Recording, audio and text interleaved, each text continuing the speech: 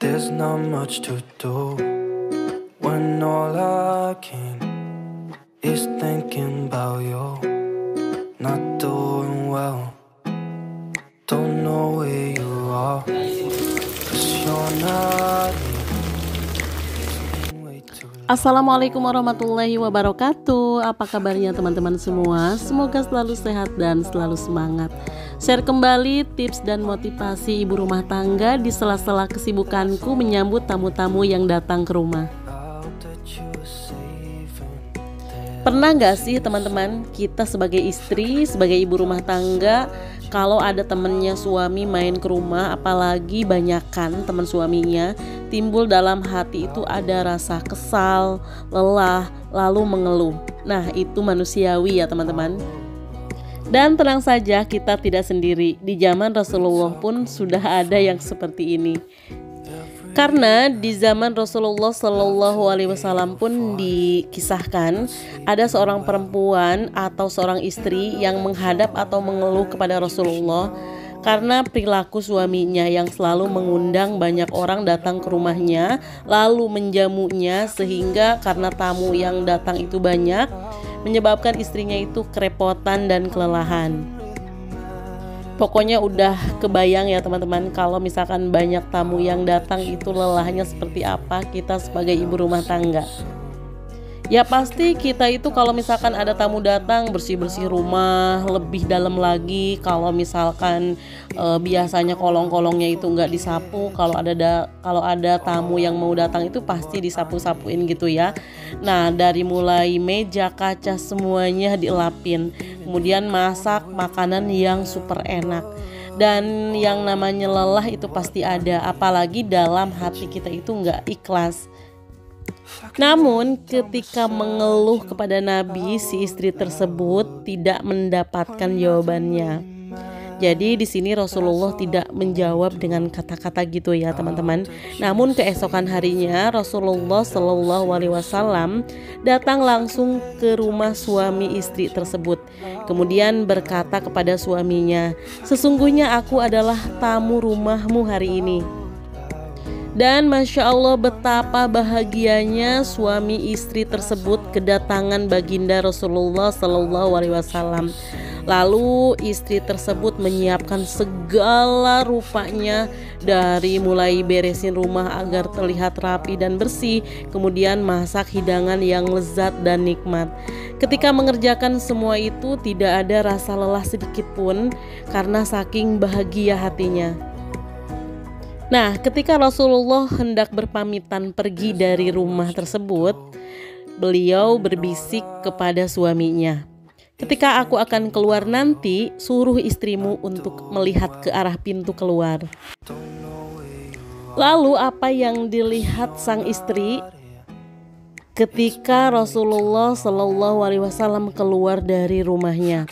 Dia melihat Rasulullah Shallallahu Alaihi Wasallam itu keluar dari rumahnya diikuti oleh binatang-binatang melata yang menakutkan seperti kalajengking, ular, dan binatang yang berbahaya lainnya ikut keluar mengikuti Rasulullah Shallallahu Alaihi Wasallam. Udah dipastikan kaget ya teman-teman ketika melihat binatang-binatang itu pada keluar dari rumah. Lalu Rasulullah itu bersabda, "Seperti itulah yang terjadi setiap kali tamu keluar dari rumahmu. Maka keluar pula segala bala bahaya dan segala binatang yang membahayakan dari rumahmu." Dan hikmah yang bisa kita ambil ketika tamu yang datang, maka kita harus memuliakannya dan jangan sampai mengeluh kesah karena kedatangannya. Karena sejatinya rumah yang banyak dikunjungi tamu adalah rumah yang dicintai Allah. Tamu yang datang itu membawa rezeki, di antara rezeki yang datang itu salah satunya rahmat dari Allah, kemudian ampunan dari Allah. Ketika tamu pulang, maka keluar pula segala macam kotoran dan mara bahaya. Dalam artian rumah kita itu disucikan ya teman-teman. Masya Allah, begitu indah ya teman-teman. Rumah yang selalu terbuka untuk anak-anak, untuk orang dewasa. Rumah yang di dalamnya itu turun rahmat dan berbagai keberkahan dari langit. Dan alhamdulillah tamu-tamu yang akan datang ke rumah aku ini adalah para kiai, para santri, pokoknya orang-orang soleh gitu ya teman-teman. Dan sebenarnya kita itu nggak harus mandang siapa yang datang ke rumah kita, nggak harus pandang orangnya itu siapa atau kedudukannya itu apa. Yang penting kalau dia ada datang ke rumah kita, maka kita harus memuliakannya, niat karena Allah ya teman-teman, bukan karena tamunya, bukan karena kedudukannya. Nah sebenarnya hari ini tuh di tempat aku atau di kampung aku itu ada acara rojaban atau memperingati Isra Mi'raj. Jadi seperti biasa, seperti tahun-tahun yang lalu, kalau misalkan menyambut tamunya atau menyambut kiainya itu di rumah aku untuk makannya gitu ya teman-teman. Karena posisi rumah aku itu memang deket banget sama masjid, kemudian paling depan komplek gitu. Jadi pas masuk langsung diarahkan ke rumah aku gitu. Jadi persiapan aku kalau misalkan ada tamu, mau siapapun itu, baik teman suami, keluarga, insya Allah aku akan selalu mempersiapkannya. Karena setelah mendengar kisah-kisah yang tadi itu ya teman-teman, jadi itu merupakan motivasi untuk kita ibu rumah tangga yang kadang-kadang gak bisa dipungkiri, kita juga ngeluh kalau misalkan banyak tamu yang datang ke rumah, kalau misalkan kita tidak tahu keutamaannya gitu. Nah ini banyak banget sih yang bantuin, ada tetangga, ada juga saudara. Pokoknya kalau ada acara-acara kayak gini pasti banyak yang bantuin. Aku sendiri itu lebih fokus ke nyiapin rumah kayak gitu. Nah aku juga karena tadi beli kuenya itu cuma sedikit macamnya, aku mau nambahin aja ini pakai agar. Jadi ini juga salah satu tips ya teman-teman, bikin cemilan yang murah meriah kita gunakan. Ini tuh udah langsung jadi gitu. Jadi pudingnya itu udah ada gulanya, pokoknya tinggal kita didihkan menggunakan air sampai mendidih, dimasukkan ke dalam cup. Ini udah cocok lah menerima tamu, kecil, mungil, dan juga menyegarkan. Satu wadah puding itu yang coklat ya teman-teman. Kalau yang coklat itu kan nggak terlalu encer, itu bisa dapat 15 kotak kayak gitu. Jadi 2 itu sekitar 30. Lumayan kalau misalkan 4 itu bisa dapat 60 buah. Nah ini juga masak seperti biasa ya teman-teman. Ini masaknya itu ada ayam, kemudian sayurnya itu sayur lodeh, sambal, dan yang paling utama lagi ini buah-buahan. Karena di daerah aku ini daerah pantai, jadi otomatis yang namanya buah-buahan itu harus ada yang seger-seger pokoknya. Nah kalau untuk kebersihan rumah ketika ada tamu yang datang itu, yang paling harus kita perhatikan adalah kamar mandi ya teman-teman. Jadi pastinya tamu-tamu yang datang ke rumah kita, apalagi dari perjalanan jauh, itu yang dituju yang pertama itu kamar mandi. Jadi kamar mandi itu harus yang paling utama kita bersihkan. Nah untuk kamar mandi, karena tamunya itu udah ngasih tahu gitu datangnya, aku pun udah tahu pasti kapan mereka mau datang. Jadi aku mempersiapkannya dari kemarin, udah aku bersihkan. Nah kalau misalkan tamunya itu datang mendadak, sedangkan kita punya anak kecil, biasanya yang punya anak kecil itu rumahnya jarang rapi ya teman-teman. Nah apa yang harus kita lakukan ketika tamunya itu tiba-tiba ngabarin udah di jalan? Nah yang harus gercep kita bersihkan adalah bagian depan rumah tentunya. Nah pokoknya di bagian depan pintu atau teras depan itu harus bersih kayak gitu ya teman-teman. Ya yang pertama kali kita lakukan jangan langsung dipel gitu. Kalau misalkan nggak keburu, nah kita sapu aja, kita keluarkan atau kita singkirkan sekiranya barang-barang yang tidak pantas dilihat. Masukin aja langsung ke gudang semuanya biar cepat, nggak usah ditata rapi dulu gitu. Yang penting barang-barang tersebut itu tidak terlihat aja. Nah jangan lupa juga untuk di atas meja, itu atas meja adalah poin yang penting juga, karena nanti kan kita nyimpan makanan di sana, harus dilap dulu ya teman-teman. Kalau misalkan tamu yang ngeliat makanannya kita taruh di meja sedangkan mejanya itu berdebu, aduh malu banget ya teman-teman. Pokoknya harus diperhatikan, langsung aja kita lap-lap mejanya kayak gitu, disapu-sapu. Kalau misalkan masih sempet empel ya dipel dulu. Tapi kalau nggak sempat nggak apa-apa sih, yang penting tidak terlihat berantakan aja.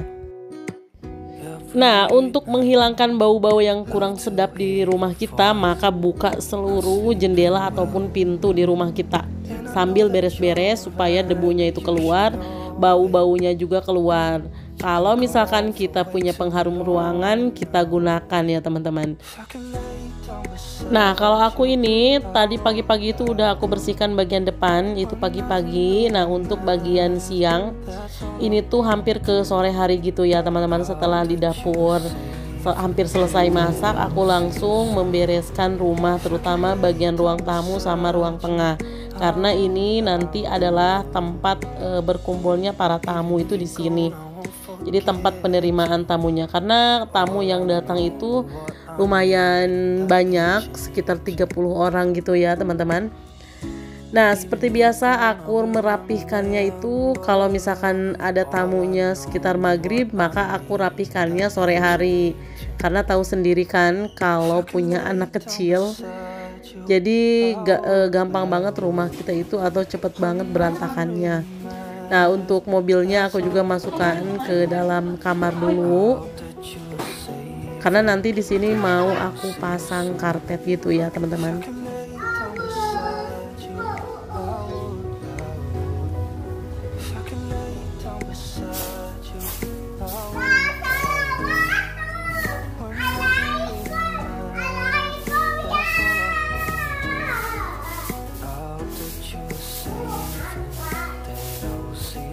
Nah, untuk ruang tengah ini karena memang gak keburu, jadi aku tinggal dihilangin aja debu-debunya. Aku gunakan penyedot debu atau vacuum cleaner, sekalian juga membersihkan karpetnya, karena karpet ini tuh digelar kalau misalkan ada tamu aja ya. Kalau nggak tamu, karpet itu aku taruh di gudang gitu. Nah, aku sapu-sapu aja karena rumah aku kan rutin dibersihkan. Tidak dipel sehari aja, keramiknya itu masih kinclong dan bersih. Nah, karena saking sibuknya aku dari pagi sampai sore ini belum mandi ya teman-teman. Nanti mandinya pas mau maghrib aja ketika nyambut tamu yang datang.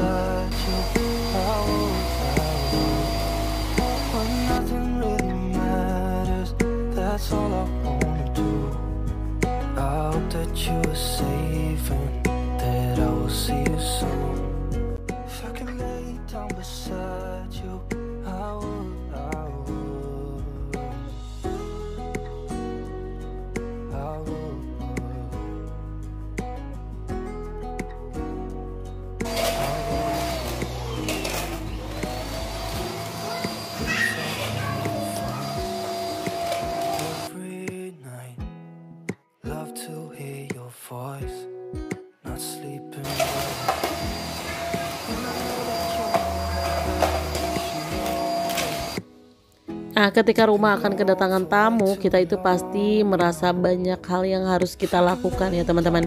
Dari mulai merapikan rumah, menyediakan makanan dan sebagainya.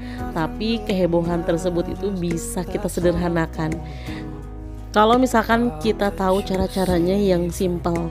Contohnya seperti jalur masuk aja dulu kita bersihkan. Kemudian yang paling penting itu kamar mandi, karena gak mungkin kan tamu masuk ke kamar kita, terutama kamar utama.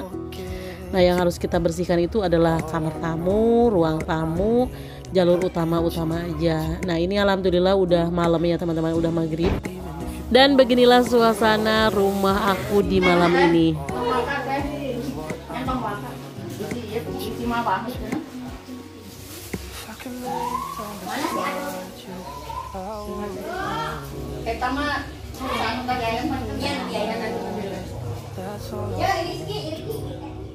I hope that you are safe and that I will see you soon. If I could lay down beside you, I would. If I could lay down beside you, I would. When nothing really matters, that's all I wanna do. I hope that you are safe and that I will see you soon. If I could lay down beside you, I would. Alhamdulillah videonya udah hampir selesai. Semoga memotivasi dan menginspirasi teman-teman semua. Terima kasih yang sudah nonton dari awal sampai akhir. Mudah-mudahan selalu ada manfaat yang bisa diambil. Sampai jumpa di video berikutnya. Wassalamualaikum warahmatullahi wabarakatuh.